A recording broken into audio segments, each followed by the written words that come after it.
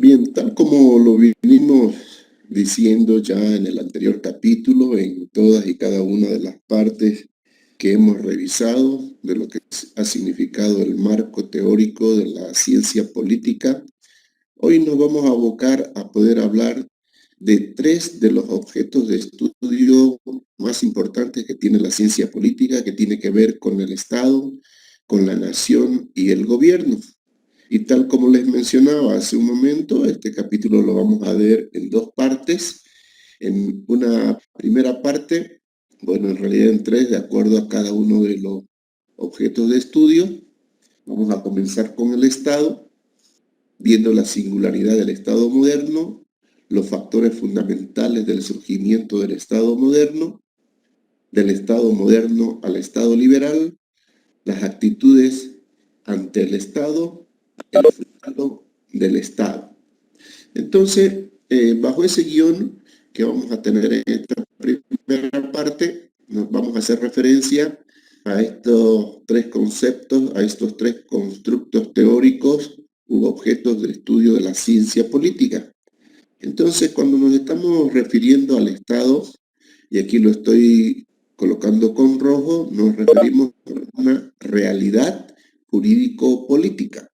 Recuerden ustedes lo que les había mencionado acerca de que el ser humano se enfrenta a una realidad total, una parte de esa realidad corresponde a lo que es la realidad de la ciencia política, y cuando estamos hablando ya de uno de los objetos de estudio como es el Estado, pues hablamos de una realidad jurídico-política, que es lo que tenemos acá con rojo, que es resultado de la vigencia de un poder soberano sobre una población específica en un territorio bien delimitado. Luego, cuando hacemos referencia al concepto de nación, hablamos ya de una realidad sociológica cultural, fíjense la diferencia respecto del anterior, de un pueblo caracterizado por una disimilitud hacia afuera y una semejanza hacia adentro, en el terreno étnico-cultural, que aspira a disfrutar de una organización política propia. Entonces, cuando decimos que aspira a disfrutar de una organización política propia, nos referimos al hecho de que dentro de un Estado pueden existir muchas naciones, como por ejemplo en el caso de nuestro Estado. Tenemos 36 naciones que están dentro de un Estado, porque habla obviamente de una realidad sociológica cultural, es decir, estamos hablando en el marco del terreno étnico-cultural de los pueblos. Entonces, cuando se dice que se aspira a disfrutar de una organización política propia, es que cualquiera de las 36 naciones existentes, por ejemplo, en el caso de Bolivia, podría aspirar a formar un Estado mismo. Entonces, esa es una posibilidad.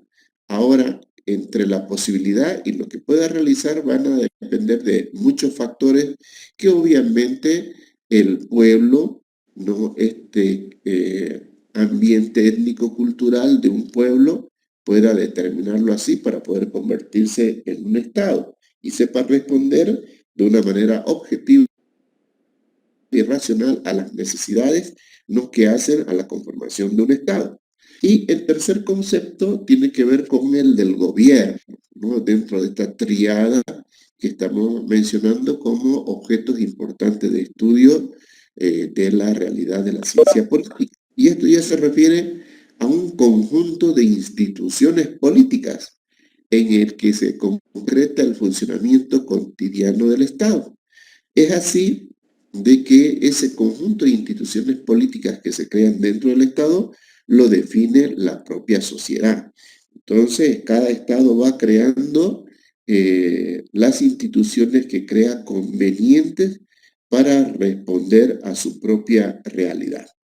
Entonces, de esta manera que nosotros nos vamos a referir ahora a estos tres conceptos, y vuelvo a recalcar, objetos fundamentales en el estudio de la ciencia política. Entonces, en ese sentido, vamos a comenzar hablando sobre la singularidad del Estado moderno. Entonces, aquí vamos a hacer las siguientes consideraciones para poder abordar este constructo teórico, se habla de la eclosión del Estado y esta se produce con la modernidad europea, obviamente en sintonía histórica con lo que fue la época del Renacimiento. Entonces un nuevo mundo fuerza un nuevo modelo de organización política. Obviamente, entonces la sociedad va acompasado con el desarrollo científico, tecnológico que se va dando en el mundo. Entonces, vamos a ver en este sentido de que existió pues en ese momento una poliarquía de tipo medieval que estaba caracterizada por una dispersión de las funciones políticas que el nuevo Estado aspira a concretar. Luego el feudalismo, que era coherente con una realidad económica social autárquica en ese momento, y también la Iglesia como una institución, ¿no?, que tenía pretensiones opuestas obviamente al feudalismo, presionan con similar eficacia contra las nacientes aspiraciones que va a encarnar el Estado. Ustedes saben que una institución como la Iglesia siempre ha sido partícipe de los cambios que se han ido dando en el Estado a lo largo de la historia de la humanidad. Entonces, el Estado moderno, junto a la pretensión de concentrar funciones políticas, hasta entonces dispersas, trataría de hacer del artefacto político algo parecido a un instrumento objetivo al servicio de la colectividad, que especializaría a unos hombres y unas instituciones al servicio de lo político. Por eso es que se dice, dentro de un Estado, cuando se trabaja en el sector público, que son servidores públicos, porque es un conjunto de individuos, ¿no?, especializados ya y también de acuerdo a las instituciones que se han creado en el servicio público. En muchos países, obviamente, el ser servidor público constituye el más alto honor que se le pueda otorgar a una persona. El hecho de que los políticos, el hecho de que los servidores públicos hayan ido en desmejora, no es, digamos, una pretensión del Estado moderno, sino más bien ha sido una consecuencia, a veces por el mal uso del poder y también por el prebendalismo generado. Y además, entre comillas, y quizás exagerando un poco, por la desidia en el cual han entrado los servidores públicos. Entonces, de esa manera se ha empezado a desarrollar ese Estado moderno con las instituciones y con los servidores públicos. Max Weber, tal como lo hemos visto en la primera parte de la materia, un sociólogo, ofreció una definición del Estado moderno como tipo ideal que responde a la idea que estábamos mencionando anteriormente. Él decía de forma literal lo siguiente: es una asociación de dominio de tipo institucional que en el interior de un territorio ha tratado con éxito de monopolizar la coacción física legítima como instrumento de dominio y reúne a dicho objeto los medios materiales de explotación en manos de sus directores. Pero habiendo expropiado a todos los funcionarios de clase autónomos que anteriormente disponían de aquellos por derecho propio y colocándose a sí mismo en lugar de ellos en la cima suprema. Entonces, esto corresponde, ¿no?, a una descripción que hace Max Weber y al desempeño que han venido realizando los políticos. Entonces, fíjense ustedes la profundidad de la reflexión que mencionaba este sociólogo. De esta manera, vemos que esta definición hecha más vale como una descripción, ¿no?, de una aspiración, pero no como un retrato, podríamos decir, de la realidad. Entonces, siempre estamos esperanzados en que los servidores públicos, en que el político esté al servicio de la sociedad. Segundo aspecto a considerar en esta primera parte: factores fundamentales del surgimiento del Estado moderno. Si nosotros nos remontamos, por ejemplo, a la actividad mercantil siglos atrás y manufacturera, esta exigía, pues, inicialmente la seguridad en el tráfico de mercancías, exigía la racionalidad fiscal y administrativa y exigía un estímulo general a la actividad económica. Recuerden ustedes, ya esto viene desde el año 1700, estamos hablando de la segunda mitad, sobre todo del siglo XVIII. Recuerden ustedes, ¿no? Por los estudios que hemos tenido, por ejemplo, dentro del pensamiento económico, cuando nos referimos a Adam Smith y la teoría de la riqueza de las naciones. Él, de hecho, enarbolaba ciertos principios que se deberían cumplir dentro de un sistema de economía de mercados, ¿no? Porque obviamente está privilegiando esa actividad mercantil y manufacturera justamente y coincidentemente con esta exigencia que estamos mencionando ahora. Luego surgió pues una alianza de la burguesía emergente y la modernidad. ¿Cuáles fueron los argumentos que en ese momento existieron acerca y en favor de esa alianza? Primero, la supresión de las barreras interiores dentro de los estados. Obviamente no podríamos pensar de que podrían haber barreras, por ejemplo, si hacemos un símil con nuestro estado entre los mismos departamentos, poniendo fronteras, ¿no es cierto? Segundo, una actitud proteccionista respecto a competencias exteriores, y eso, entre comillas, es algo normal en la actualidad porque establecemos barreras de tipo arancelaria y se establecen barreras también para arancelarias. Tercero, las posibilidades coloniales. Obviamente esto es típico de esa época. Estamos hablando, recuerden ustedes, del siglo XVIII. Entonces, una forma de expandir el Estado era colonizando otras tierras. 4, movilización de las riquezas eclesiásticas, que en su momento también se dio para poder favorecer lo que es el desarrollo, ¿no? Y el adoctrinamiento también en esos terrenos que se iban ampliando, ¿no? En esas ciudades que iban creciendo, en esos estados que se iban desarrollando. Entonces aquí tenemos una serie de hechos que son muy importantes dentro de lo que ha sido el surgimiento de ese Estado moderno. En este sentido vemos también de que luego se viene todo un proceso de acumulación capitalista medieval y esta estuvo caracterizada en relación obviamente a toda esa actividad mercantil que se estaba desarrollando. Segundo, a efectos de una expansión de tipo demográfica que siempre tenían los gobernantes en ese momento. Y tercero, un estímulo general a la actividad económica.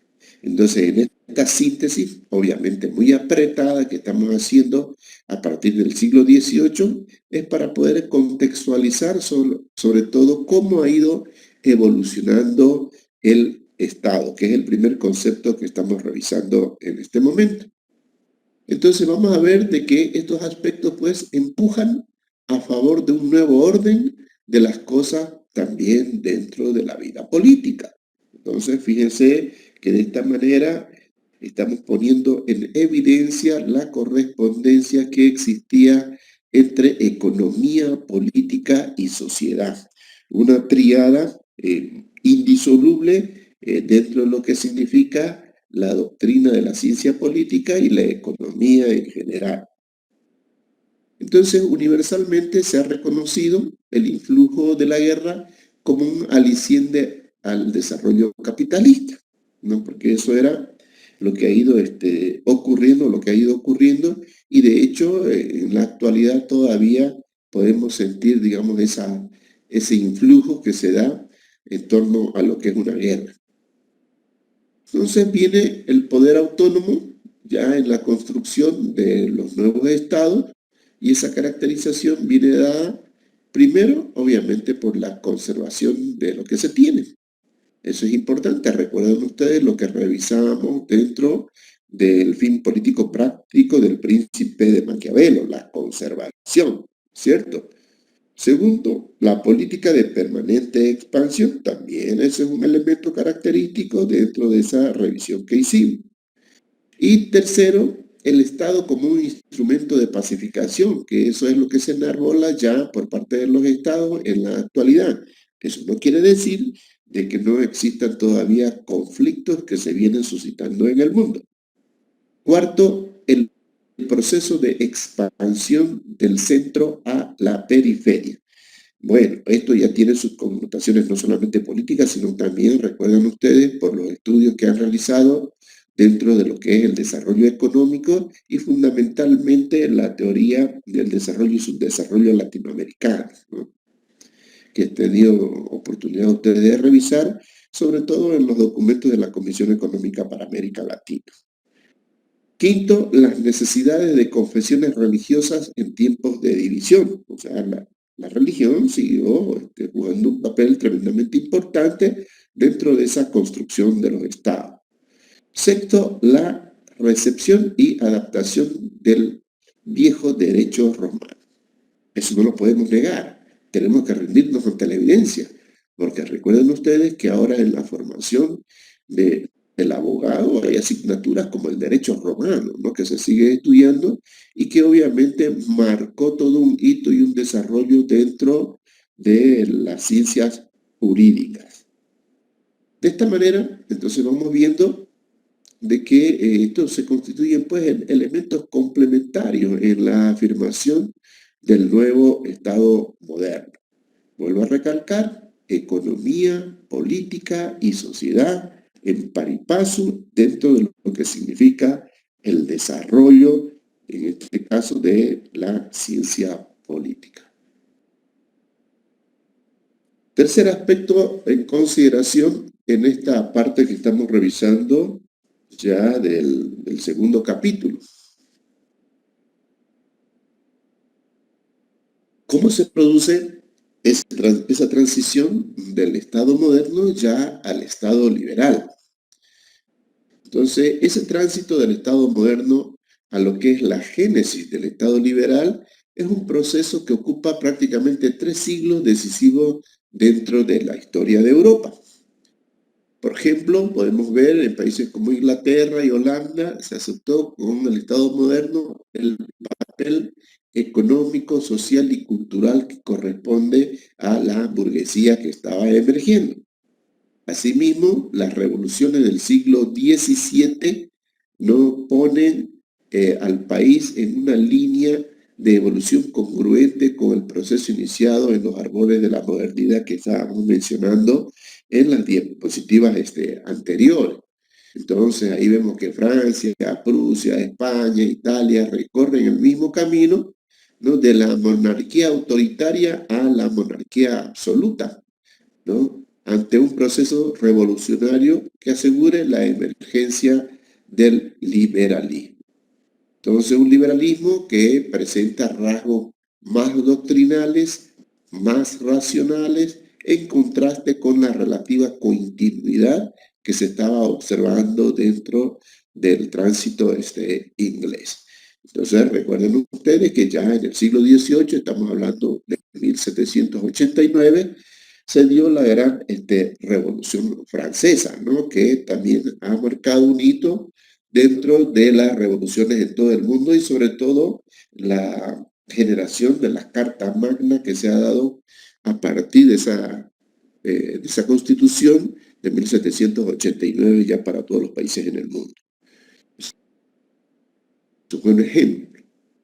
Entonces, en este tránsito del Estado moderno al Estado liberal, este proceso provoca pues el examinar el influjo de los derechos o de los hechos que fueron significativos, ¿no? Dentro del desarrollo de la historia, como fue el caso de las reformas, que lo vamos a comentar, el impacto de la ciencia y los efectos de una tradición iusnaturalista, ¿no? Que ahorita vamos a comentar de qué se trata. Entonces, en el primer caso, cuando hablamos de la reforma, ¿no? Al margen de una lógica estrictamente religiosa, hay una mayor proximidad a una cosmovisión liberal. Entonces ustedes han escuchado en muchas oportunidades, por ejemplo, referirse a lo que es una cosmovisión, es decir, la visión del mundo. En este caso, una visión del mundo desde el punto de vista liberal y no centralizado. Y eso se refiere a la quiebra a sus manos de la autoridad religiosa. Es decir, si bien la institución de la religión fue algo muy importante, también se dieron revoluciones dentro de la misma religión y que provocaron ya desde entonces muchos cambios y que dieron lugar a nacientes otras religiones, ¿no? A partir de la católica, otras religiones que se dieron en el mundo. Segundo, el mayor énfasis en los aspectos intimistas de la religión, la práctica del libre examen, los datos que sintonizan bien con el futuro, obviamente, del liberalismo. Es decir, estos tres aspectos que estamos mencionando son muy coincidentes con lo que se empezó a enarbolar dentro de lo que es el liberalismo. Entonces, no pasaba sobre una lógica solamente religiosa, sino también sobre una lógica de tipo económica. Segundo, el impacto de la ciencia, el desarrollo de un conocimiento científico y su trasunto práctico. El avance tecnológico deben ser factores que empujen a la generalización de una mentalidad más racional y más utilitaria. Indudablemente, ¿no? El conocimiento científico, la evolución del conocimiento científico, el avance tecnológico como trasunto práctico, ¿no? Ha dado lugar a grandes transformaciones dentro de la humanidad, eso no podemos negar, ¿no es cierto? Entonces, como decía hace un momento, nos tendremos que rendir pues ante la evidencia, ante lo que ha ido ocurriendo. Entonces, la vida política no puede quedar sustraída a esta mentalidad y resulta lógico que estos valores implícitos al inicio de la modernidad europea empujen al nacimiento de un Estado liberal. Tercero, los efectos de una tradición iusnaturalista racionalista, ¿no? Y es lo que vamos a ver en tercer orden en esta parte. Primero, se refiere al hecho de que la autoridad no puede tener otro origen que el de la voluntad de los hombres, ordinariamente concretada en un contrato.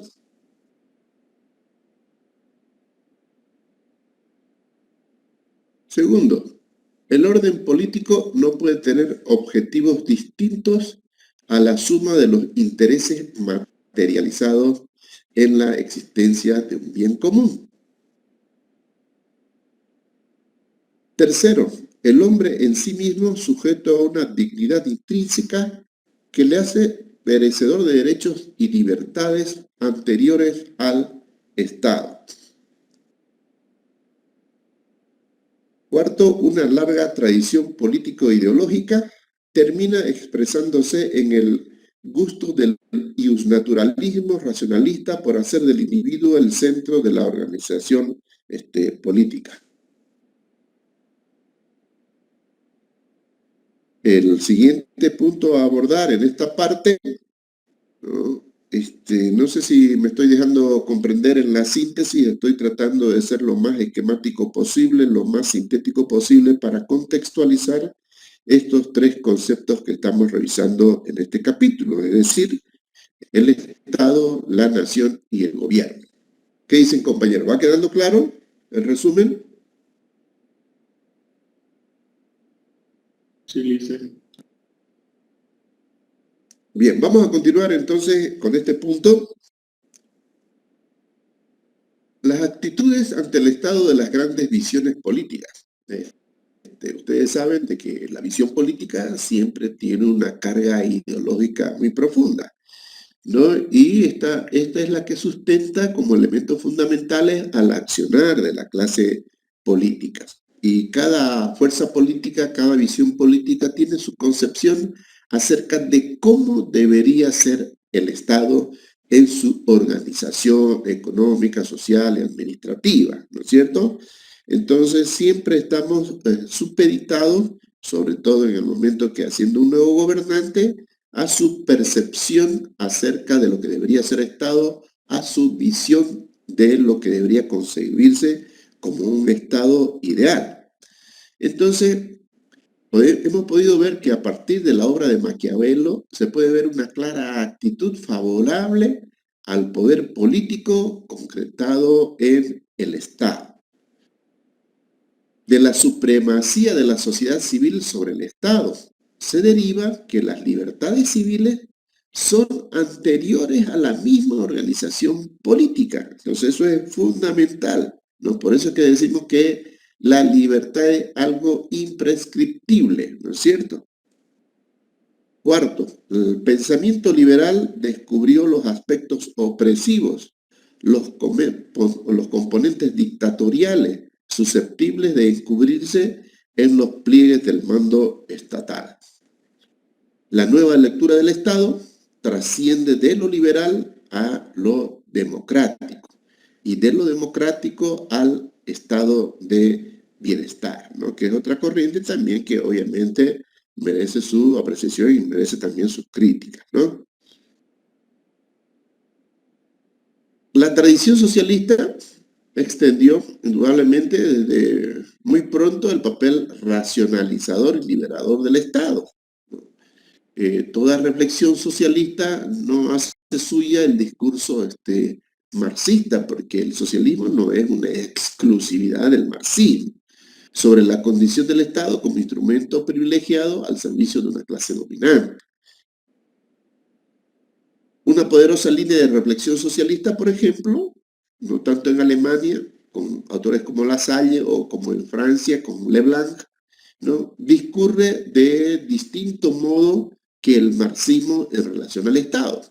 Entonces, si nosotros queremos tener una visión de tipo socialista, pues aquí tenemos una referencia de autores que van, obviamente, enarbolando el socialismo de manera diferente a lo que hizo Carlos Marx, ¿no? Cuarto, dar cuenta de la riqueza política e ideológica que encierra una visión de las actitudes hacia la organización estatal. Esa, obviamente, es la tarea que debemos emprender. Ahora, ¿cuál es entonces el futuro del Estado ante esa situación, ante ese tránsito que hemos tenido del Estado democrático al Estado liberal? O lo que hemos venido comentando, del Estado moderno al Estado liberal. Aquí es importante subrayar la profunda historicidad y la carga político-ideológica que caracteriza a un concepto inicialmente calificado como jurídico-político, porque así lo hemos definido, en contraste con un carácter sociológico-cultural de la idea de nación. Entonces tenemos que establecer una clara diferenciación entre lo que significa el Estado y lo que significa una nación, tal como lo hemos definido en la primera diapositiva, cuando hemos caracterizado cada uno de estos tres objetos de estudio. Entonces, hoy, tanto desde la perspectiva interna como externa, se discute en Occidente el futuro de la organización estatal. Es decir, estamos hablando del Estado.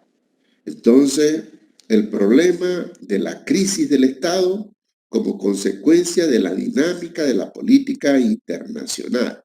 Entonces, hay una dinámica en la política internacional que tenemos que tener muy en cuenta dentro de nuestros estados, ¿no? Y ver de que de una u otra manera el Estado pues se encuentra en crisis, ¿no? Y hay que resolver esos problemas.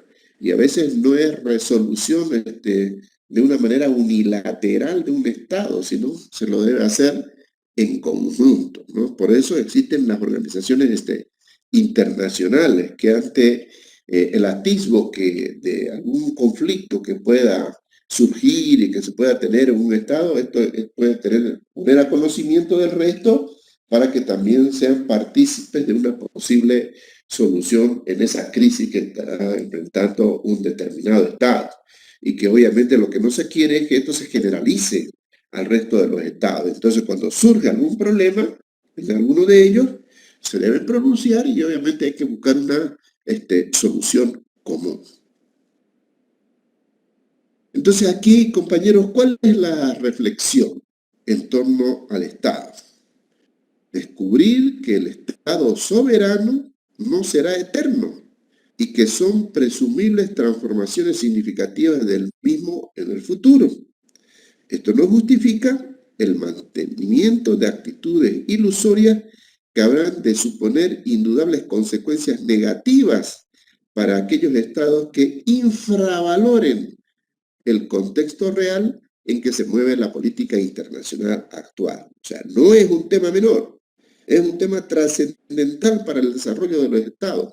Por eso es que la política internacional entonces debe tomarse con atención. Lo que está ocurriendo dentro de la política internacional se debe tomar con especial atención para que eso no afecte al mismo desarrollo, al mismo engrandecimiento, ¿no? Y consolidación que debe tener un Estado. Entonces, como verán, el primer objeto de estudio de la ciencia política obviamente tiene que ver con el Estado. ¿Está bien, compañeros? ¿Se va entendiendo la idea? ¿Qué dicen? ¿Está todavía ahí? A ver, por favor, pueden activar sus videos.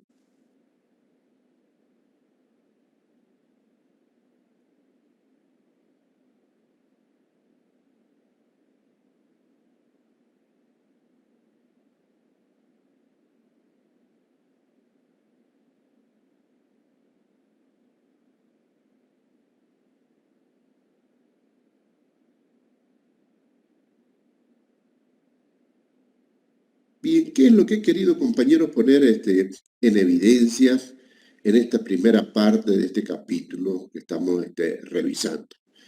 Entonces, estos tres conceptos que vamos a abordar en este capítulo, en torno a lo que es el Estado, en torno a lo que es la nación y el gobierno, son tremendamente importantes para poder comprender cuál es el derrotero que sigue la ciencia política.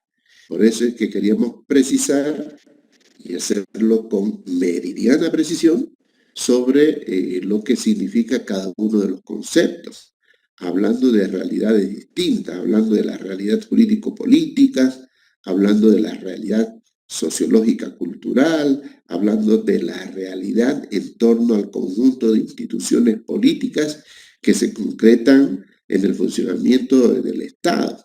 Entonces, indudablemente, tener claro estos conceptos nos ayuda a comprender mucho el papel que sigue el cientista político, o sobre todo el que debería seguir, ¿no? Porque ustedes saben que hay una diferencia entre aquel camino que debería seguir y el que sigue, ¿no? Y esa es obviamente la permanente lucha. Por eso es que se habla de una crisis que podríamos estar enfrentando siempre en el Estado y ver de cómo solucionar los problemas. Y como les decía, pues eso no se tiene o no se puede hacer de manera unilateral, sino se la tiene que realizar también en conjunción y en conversatorio con los otros estados. No por nada existen esas organizaciones, ¿no? A nivel mundial, como la Organización de las Naciones Unidas, es donde se discuten los problemas que atañen obviamente a todo. Y ante una determinada situación de crisis que pueda estar enfrentando un Estado, bueno, tienen que salir a pronunciarse y ahí debatir para dar solución a esos problemas. Entonces, este espacio de reflexión, compañeros, que hacemos en torno a el campo de estudio de la ciencia política, obviamente es muy importante también dentro de nuestro proceso de formación como economistas. Recuerden ustedes lo que les decía ya desde la primera clase, ¿no?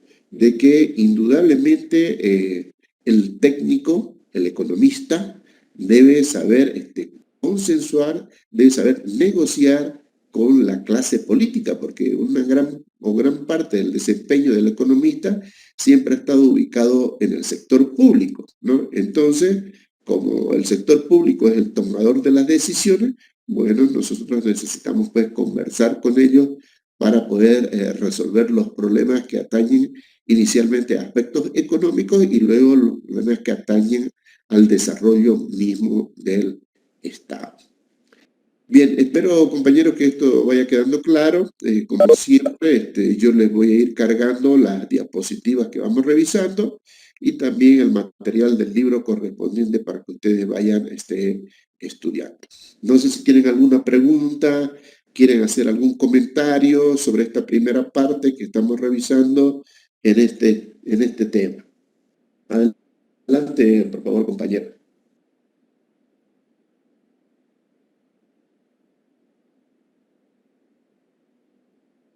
¿Todo claro? ¿Está todo bien?